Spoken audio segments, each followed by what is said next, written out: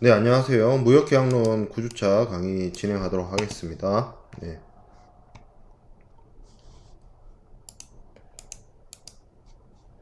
중간고사 범위 이전에 우리가 CISG를 쭉 살펴봤었죠. 예, 70조까지 살펴봤었는데, 이제 매도인의 의무, 매수인의 의무, 매도인의 의무 위반에 따른 매수인의 구제, 매수인의 의무 위반에 따른 매도인의 구제 등을 쭉 살펴보았습니다. 이어서 살펴볼 부분은 매도인과 매수인의 공통 규정입니다. 뭐 손해배상이라든지 그런 부분들이 이제 나오는 내용인데요. 한번 살펴보도록 하겠습니다.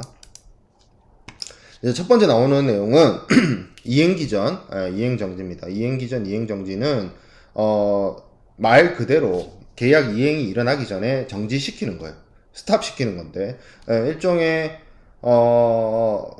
스탑이라는 표현보다는 어떻게 보면 포즈, 잠깐 멈추는다라는 표현이 어떻게 보면 어울릴 수도 있겠다는 생각이 드네요. 내용을 좀 읽어보면 당사자 일방은 계약 체결 후에 다음과 같은 사유, 이제 사유가 나오죠. 다음과 같은 사유로 의무의 어떤 실질적인 부분을 이행하지 아니할 것이 명백하게 되는 경우에는 자기 의무의 이행을 정지할 수 있다. 상대방이 제대로 안 할 것 같으니까 내가 내 일 하는 것도 정지할 수 있다. 이렇게 얘기를 하고 있는 부분입니다. 그럼 그 사유가 어떻게 되느냐? 상대방이 이행 능력, 상대방이 계약 이행을 해야 되는 능력에 대해서 문제가 있거나 거기에 대한 어떤 신뢰성에 중대한 결함이 있다. 그리고 상대방이 계약 내용을 이행하는 것과 관련해서 그것을 준비하고 하는 것에, 그리고 그 계약 이행 그 자체에 어떤 이행이 제대로 되지 않을 것 같은 것이 그냥 어떻게 보면 그냥 막무가내로 뭐 어떻게 보면 추론하고 추정하는 것이 아니라 명백해야 돼요. 명백하게 이것이 드러날 때 나의 의무 이행을 정지할 수 있다. 이렇게 얘기를 하고 있습니다. 그래서 나타나야 됩니다. 영어 표현으로도 그런 표현을 쓰고 있는데 이 매도인의 입장에서 이건 이제 여기 71조의 1항은 어떤 매도인 매수인을 구분하지 않고 매도인 매수인 모두에게 적용되는 사항이었지만 2항은 매도인에 대해서 주어가 분명히 매도인이라고 얘기를 하고 있죠. 매도인이 여기 위에 있는 사유가 명백하게 되기 전에 이미 물건을 보냈어요. 매도인은 물품을 송부할 의무가 있기 때문에 물품을 보냈어요. 그러나 매수인이, 그리고 더 나아가서 매수인이 물품을 취득할 권한을 주는 서류를 소지하고 있더라도, 여기서 물품을 취득할 권한을 주는 서류가 당연히 선화증권이겠죠. 물품도 매도인이 보냈고 매수인이 그 선화증권을 갖고 있다 하더라도 매도인은 물품이 매수인에게 인도되는 것을 중지시킬 수 있다. 매도인이 물품을 보냈고 그거가 관련된 서류를, 선화증권을 매수인이 가지고 있다 하더라도 매수인이 어떻게 보면 계약의 의무를 이행하지 아니할 것이 명백하다면 매도인은 매수인에게 물품이 인도되는 것을 중지시킬 수 있습니다. 근데 여기 이 말이 있어요. 단서에 본항의 규정은 매도인과 매수인 간에서 물품에 대한 권리에만 적용한다. 이 얘기는 뭐냐면 매수인이 이렇게 해서 넘겨받았어요. 이렇게 넘겨받은 물건을 제3자한테 팔아요. 근데 그 제3자는 정상적으로 가격이나 대가를 다 치르고 정상적인 절차로 물건을 샀어요. 그러면 이것은 매도인이 자신의 계약 상대방인 매수인을 향해서 이행 정지를 시킬 수 있는 부분이 있지만 이 제3자, 선의의 제3자에게까지 넘어간 물건을 다시 회수해 온다든지 자기에게. 왜냐면 제3자는 자신에게 정상적인 어떤 반대급부, 뭐 대가라든지 그런 것들을 지급하고 정당하게 물건을 취득했기 때문에 매도인이 그러한 제3자의 어떤 권한이나 권리까지 박탈할 수가 없어요. 그럼 이 경우는 어떻게 해야 되느냐? 그냥 매수인을 향해서 손해배상 청구, 뭐 이런 계약 해제, 뭐 이런 쪽으로 넘어가야 되겠죠. 제3자는 이제 자신이 정당하게 취득한 물품을 알아서 가져갈 것이고, 이 매수인의 계약 불이행과 관련된 부분은 매도인과 매수인 사이에서의 문제로 풀어야 됩니다. 자, 이행을 정지한 당사자는 물품의 발송 전후 관계없이 상대방에게 통지하죠. 그냥 뭐 알리지도 않고 그냥 자기 마음대로 해서는 될 일이 아닙니다. 정확하게 내가 이행 정지한다, 이런 사실들을 통지를 해야 되고요. 그리고 그런 통지를 했을 때 CISG는 뭐 제가 누차 강조하고 있지만 계약을 되도록이면 이행을 하고 계약이 되도록이면 유지되고 계약이 되도록이면 원만하게 이행되기를 원하는 방향으로 내용들이 기술되어 있습니다. 그렇기 때문에 그런 이행 정지의 통지를 하더라도 만약에 매수인 혹은 매도인 상대방이 그것에 대해서 자신의 의무에 대해서 정당하게 적절하게 이행하겠다는 것을 개런티하면 보장을 하면 이행 계속을 해야 되죠. 자, 그래서 71조의 내용이 이행 기전 이행 정지에 대한 내용입니다. 그래서 이 부분에 대해서 영어 표현으로 되어 있고요. 요 비슷한 내용이 이행 기전 계약 해제입니다. 이거는 단순하게 포즈 시키는 것이 아니라 내 행동을 포즈 시키는 것이 아니라 완전히 끝내는 거예요. 피니시 할 수 있는 문제예요. 자, 그래서 그 영어 표현이 바로 밑에 나오죠. 계약의 이행기일 이전에 당사자 일방의 본질적인 위반. 본질적인 위반. 그래서 여기 보면 영어 표현 본질적인 계약 위반의 영어 표현이 펀더멘털 브리치죠. 펀더멘털 브리치 오브 컨트랙트. 계약의 본질적인 위반이 있게 되는 것이 분명한 경우에는 계약 해제를 선언할 수 있다. 그러니까 내가 계약 내용을 이행하는 것을 중지시키는 것과 아예 말 그대로 계약 해제를 할 수 있다는 분명히 다른 겁니다. 그래서 컨트랙트를 어보이드 할 수 있다 이렇게 되어 있는데 여기서는 분명하다는 표현을 써요. 그래서 사실 영어 표현이 이걸 이제 클리어하다 이렇게 얘기를 하거든요. 클리어하다라고 하고 제가 이걸 비교해 놓긴 했는데 여기 보면 나와 있는 것처럼 이게 그러니까 이거죠. 제가 여기서는 이제 명백이라는 표현을 썼는데 이게 무슨 얘기냐면 이행기전 이행정지와 이행기전 계약 해제를 비교를 해볼 수 있잖아요. 이 71조 내용하고 72조의 내용을 살펴볼 수 있는데 자 상대방이 뭔가 계약을 제대로 이행을 안 할 것 같아요. 그래서 나의 계약 이행을 정지시키는 거. 잠깐 멈춘다 혹은 포즈를 건다 그런 표현이거든요. 그래서 그 상대방의 의무의 실질적인 부분이 이행이 안 된다는 것이 드러난다. become apparent라는 표현을 써요. 영어 표현으로. 그러니까 이 become apparence를 한국어로 번역했을 때 나타난다, 명백하다, 드러난다, 되게 그런 표현을 쓸 수 있고 여기서도 보면 계약의 본질적인 위반이 클리어하다 이렇게 하거든요. 그래서 여기서 보면 분명하다로 해석할 수도 있고 명백하다라고도 해석할 수 있어요. 이게 그러니까 영어 표현으로는 become apparence보다 어떻게 보면 is clear 이게 더 다른 표현일 수도 있고 비슷한 표현일 수도 있고 더한 표현일 수도 있지만 그 정도가 여기는 본질적인 계약 위반이고요. 여기는 계약 불이행이 실질적으로 드러났다. 그래서 드러났다라는 표현을 쓰기 때문에 apparence라고 보는 그 문구를 쓰는 것 같아요. 그리고 요거는 명확하게 본질적 계약이에요. 우리가 CISG 저 앞에 25조에서 배웠던 그 계약의 본질적인 위반, 상대방의 실질적인 기대하는 이익을 박탈하는 정도의 위반이 명백하다, 확실하다, 라는 경우에 계약 해제까지 갈 수 있는 거죠. 그러니까 그 위반의 사유가 여기는 본질적 계약 위반이고 여기는 본질적이지 않은 계약 위반이라고 봐야 될 것 같아요.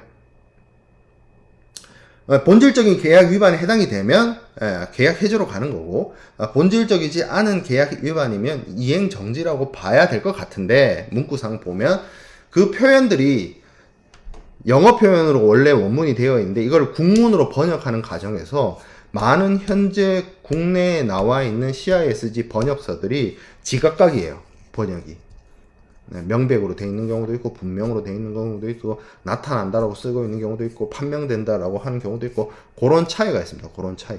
그래서 그런 차이가 있고 이거는 그러니까 72조는 본질적 계약 위반, 71조는 상대방의 계약 이행에 실질적인 부분의 불이행이 드러나는 경우.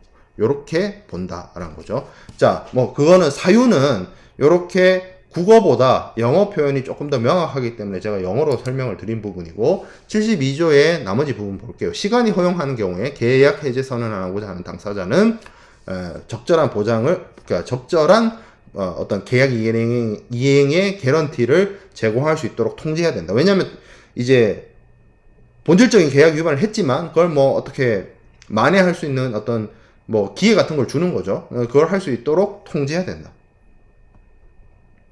그리고 그렇게 기회를 줬음에도, 통지를 했음에도 뭔가 이게 반응이 없고 뜨뜻 미지근하고 이러면 이제 뭐 빠이빠이죠. 계약 해제로 가는 거죠.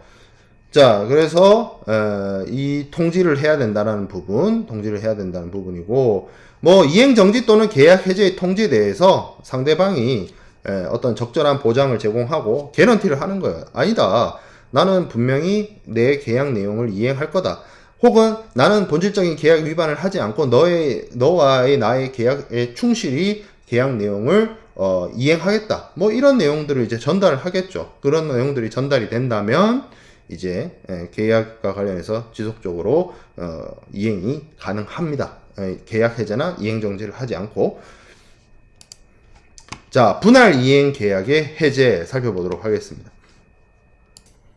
73조 분할 이행 계약의 해제 살펴보도록 하겠습니다. 계약 이행이 한 번에 물품을 인도하는 것이 아니라 물품이 분할돼서 나누어서 인도되는 경우가 있을 수 있습니다. 그걸 뭐 최종적으로 목적지 수입국에서 뭐 조립을 한다든지, 뭐 아니면 지속적으로 동일한 물품에 대해서 원재료 부분품들을 공급받기로 하는 계약이라든지, 뭐 그런 실질적으로 무역상, 무역 간섭상 그러한 거래나 그러한 계약의 형태는 많이 있고요.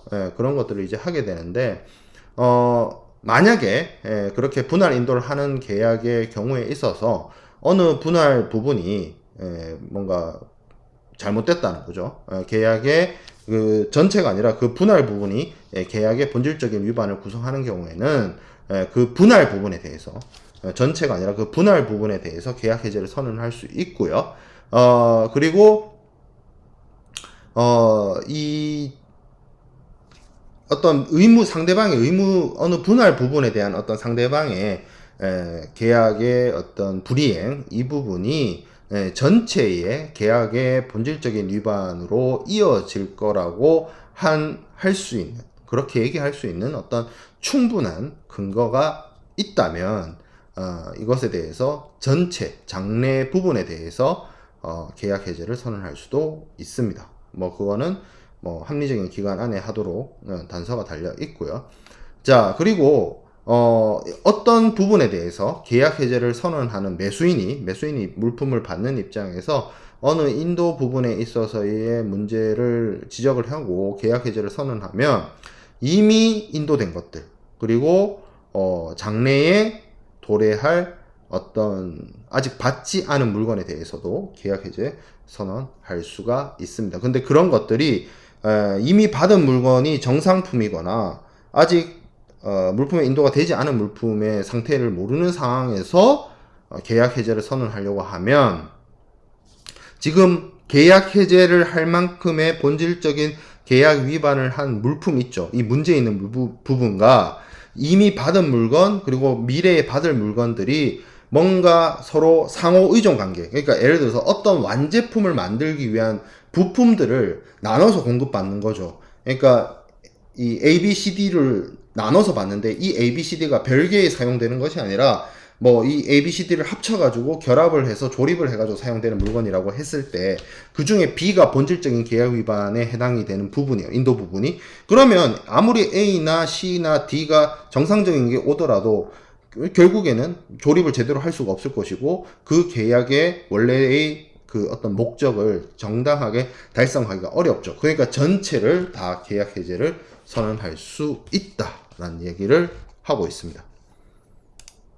자, 그래서 71조, 72조, 73조 계약 이행과 관련해서 계약 해제를 하거나 이행 정지를 할 수 있는 부분을 좀 정리를 하면, 이행 정지는 상대방의 어떤 실질적인 계약 불이행이 나타나는 것이 명백한 경우에는 뭐 그것에 대한 자세한 설명도 있었습니다. 뭐 이행 능력이라든지 신뢰성의 문제, 계약 이행 준비의 문제, 계약 이행 행위 자체의 문제 이런 것들이 있다라고 하면 이행 정지 서스펜스를 할 수 있었죠. 그리고 이미 물품을 발송을 했고 서류가 매수인에게 가 있다 하더라도 정지시킬 수 있다. 그리고 통지해야 된다. 자, 그리고 만약에 이런 부분이 만약에 상대방의 어떤 본질적 계약 위반이 분명하다, 클리어하다 라고 하면 계약 해제를 통지할 수 있다.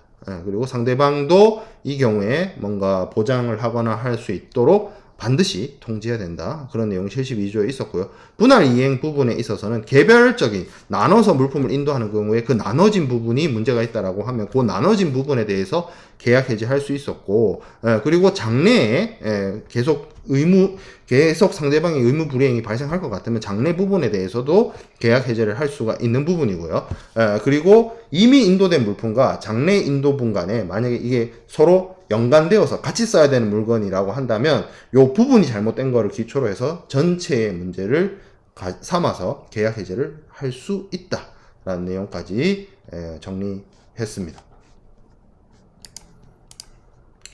자, 그 다음 우리가 살펴보게 될 내용은 손해배상과 관련된 내용입니다. 그래서 우리가 앞서 계약 이행과 관련해서 매도인의 의무 위반에 따른 매수인의 구제, 매수인의 의무 위반에 따른 매도인의 구제를 얘기를 할 때 그 각각 구제책들이 있었죠. 특정 이행 청구라든지 추가 기간 부과건이라든지 뭐 대체품 인도 청구권이라든지 그 배금 감액권이라든지 각각 매도인과 매수인이 상대방 의무 위반에 대해서 행사할 수 있는 여러 가지 구제 방법들, 그리고 계약 해제도 살펴봤습니다. 근데 그런 것들을 살펴볼 때 항상 논외로 별도의 구제 방법으로서 항상 언급되는 것들이 바로 손해배상 청구였어요.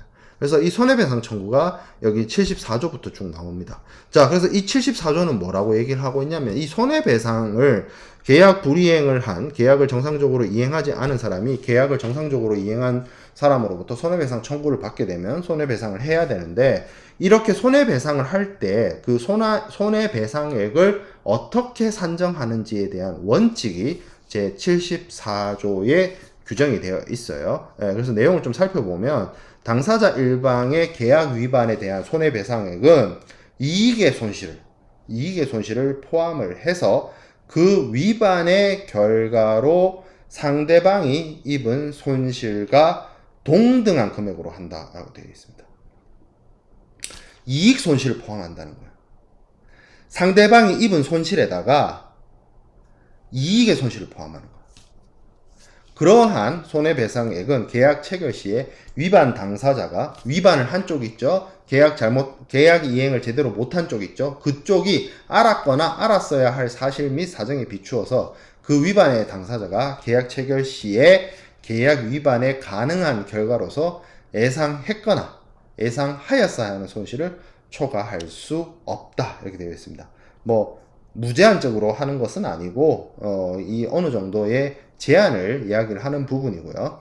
자, 그리고 손해배상을 산정을 하는 방식에 있어서 75조에 대체 거래 시의 손해배상액을 이야기를 합니다. 그리고 76조에는 시가에 대한 손해배상액을 얘기를 하고 있고요.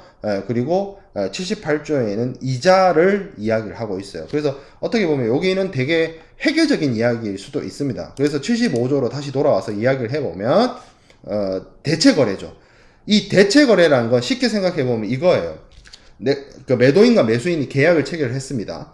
자, 그래서 뭐 매수인 입장이 돼 보자고요. 매수인이 입장이 돼서 내가 누군가로부터 물건을 사요. 물건을 사서 그게 뭐 부품이라고 치자고요. 부품이나 원재료를 사가지고 내 공장에서 물품을 돌리려고 저 사람으로부터 물건을 사오는데, 저 사람이 만드는 물건이나 저 사람이 보내주는 물건이 뭔가 잘못됐어요.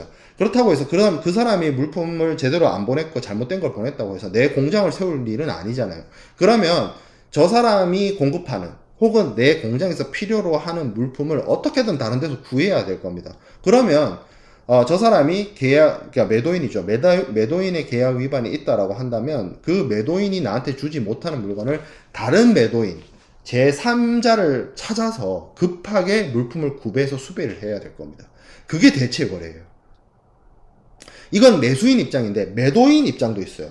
어떤 사람이 물건을 만들어서 뭐 어디로 보냅니다. 한국에서 물건을 만들어서 미국으로 보내요. 근데 미국에 있는 매수인이 부도가 났어요. 물건을 안 산대요. 물건을 인도 안 한대요. 그럼 그 물건 쓰레기통으로 버릴 거 아니죠. 이미 물건을 갖고 태평양을 건너갔고 물건 사겠다는 사람은 난리가 나서 없어졌고 연락 안 되고 두절이고, 그러면 그 물건 어떡할 거냐. 그 물건이 약간 범용성이 있어서 누구라도 쓸 수 있는 물건이라면, 그러니까 이런 거죠. 어떤 맞춤형 주문에 의해서 저 사람만을 위해서 만들어진 물건이 아니라 어떻게 뭐 다양하게 범용해서 쓸 수 있는 뭐 음식 같은 것들일 수 있겠네요. 뭐 아니면 뭐 의류라든지 그런 것들 범용성이 좀 있는 물건이어서 당장 그 현지에서 이 물건 사갈 사람을 싸게 구해요.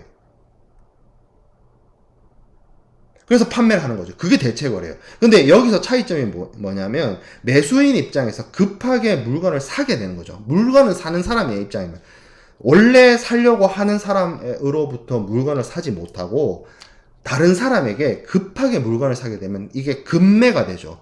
그렇게 급하게 물건을 사면 웃돈을 주고 사야 됩니다. 상식적으로 생각을 해보면. 그렇죠? 당장 필요해요. 이게 미리 사전에 주문해가지고 물건을 만들어 오는 게 아니라 내일 당장 필요해. 급하게 찾아. 그러면 어떤 구매 계획을 통해서 최저가를 검색해보고 뭐 내가 발품을 팔아서 어디 가서 힘겹게 구해와서 싸게 사는 것이 아니라 당장 최고가로 살 수밖에 없는 거예요. 그러니까 원래 계약 금액보다 원래 그 계약 위반을 한 처음 당사자의 매도인의 판매 가격보다 이렇게 급하게 물건을 구하면 비싸게 살 수밖에 없어요. 상거래의 원칙상. 반대의 경우 매도인의 입장이 돼봅시다. 내가 어떤 사람한테 물건을 팔기 위해서 보냈어요. 보냈는데 그 사람이 안 산대. 근데 이미 가 있잖아요. 저거 뭐 쓰레기통에 짬시킬 수도 없고 다시 가져올 수도 없고, 다시 가져오면 물류비만 드니까. 그래서 당장 급하게 이 물건을 사갈 사람을 찾아요. 그럼 뭐죠? 쉽게 말하면 떨이에요. 떨이 판매를 하는 거예요. 그렇게 하면 이게 정상적으로 매수인한테 판매를 하려고 했던 가격보다 떨이 판매니까 물건을 쉽게 말하면 쓰레기통에 보내는 것보다는 그래도 뭐 조금이라도 마진을 건질 수 있으면 파는 게 좋으니까. 우리 쉽게 말해서 어디 뭐 백화점이나 뭐 아울렛이나 이런 데 망해가지고 뭐 눈물의 떨이 판매 이런 거 하잖아요. 그 눈물의 떨이 판매하면 그게 백화점이나 그 정상가로 안 팔잖아요. 훨씬 낮은 가격으로 팔죠. 솔직히 말해서 무역에서 말하는 덤핑을 한단 말이에요.